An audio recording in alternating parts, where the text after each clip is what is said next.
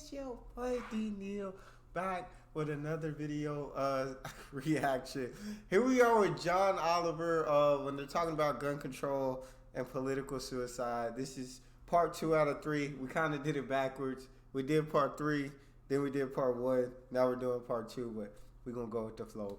If you guys got a favorite video suggestion, you can subscribe to Patreon and drop it in the comment section. Subscribe to the channel, ring notification bell, get a video a thumbs up so it gets suggested. Social media and Patreon are all up top. You don't subscribe to any of it, but all the links in the description. All you got to do is hit the link, follow me, talk to me. Love talking to you guys. You guys are the most incredible team, and I'm human. I talk back. You guys got a favorite video suggestion, subscribe to Patreon and drop it in the comment section. Oh my God!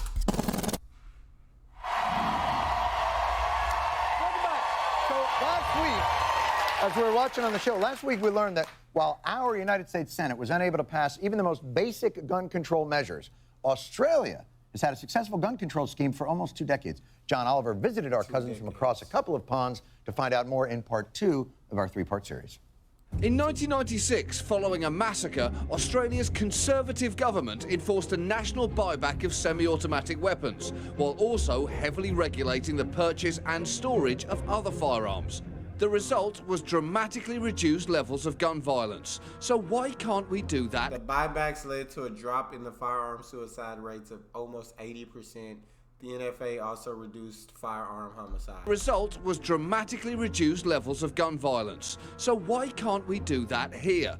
To find out, I sat down with longtime aide to Harry Reid, Jim Manley. The NRA is still a very powerful force in this country.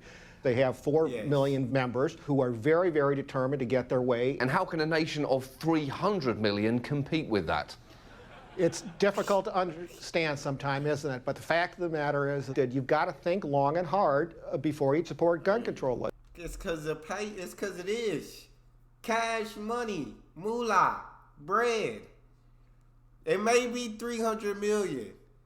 And so what? 296 million versus 4 million. But chances are that 4 million might have more money than the other 296 million. That's all I'm gonna say on that. That's they just have more money, and you know what I'm saying? And in the United States of America, money talks. But the fact of the matter is that you've got to think long and hard before you support gun control legislation, because taking on the NRA can be political suicide. And the Democratic Party is working tirelessly to reduce the rate of political suicide among its members. Surely Australian politicians weren't stupid enough to end their political lives for gun control. Well, I did. What? I did. You did what? I took the stand. I was prepared to face the political consequences. And we delivered gun control. Meet Rob Borbidge, former Premier of Queensland, Australia's most conservative state. In 1996, he was instrumental in enacting gun control, knowing it would cost him his political career in the next election. We paid a high political price, but we did the right thing. Look, there are Australians alive today because we took that action. I mean, how much is a life worth? But Jim Manley Come knows... on now. He did political suicide. Didn't care what consequences to his career he was going to face because he said doing the right thing is more important than my political career. Saving lives is more important than my political career. So if I have to make a stand for the right thing, then I will, no matter what the consequences. Love it, man. Because we took that action. I mean, how much is a life worth? But Jim Manley knows that a true public servant has more important concerns. What makes a politician successful? Getting reelected by his or her constituents. Right. That's what they think about. That's how you judge success. Okay, that's it. Well, getting legislation done. Right, it's second. Is second, yes. So that is second. Holy that is second? If I could rewind this tape, I'd say getting legislation done and getting reelected by your constituents. But seeing as we Nah, you said it right the first time. You said, I no need to rewind it, because what you said was the truth. What you said was the truth, and priorities to politicians. Getting legislation done and getting reelected by your constituents. But seeing as we can't rewind the tape, let's just go with the answer you gave on instinct. If you don't get reelected, you're just roadkill in the political process, and you're just another loser. Tragically, not everyone understands this. What makes a politician successful? Go. Making society a better place. No. Look, we can actually rewind the tape. Are we rolling? What makes a politician successful?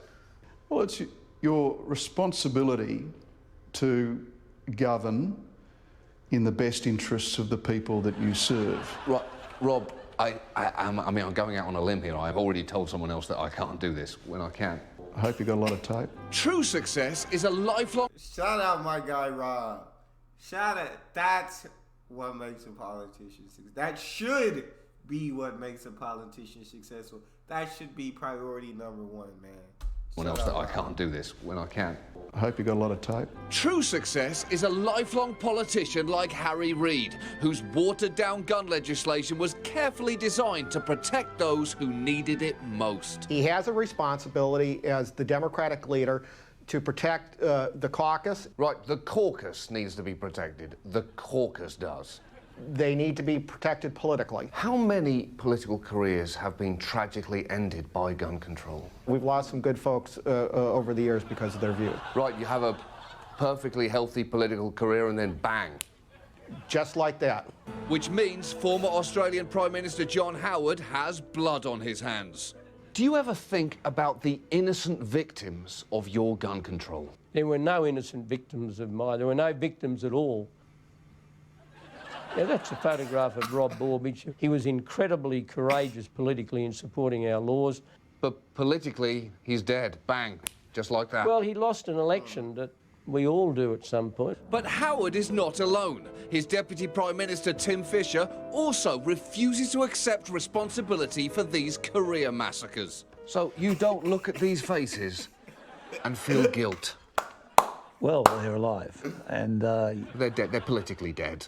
I hope that those who totally veto any move to bring sensible semi-automatic and automatic weapon control to the suburbs of America are also politically dead, but physically alive.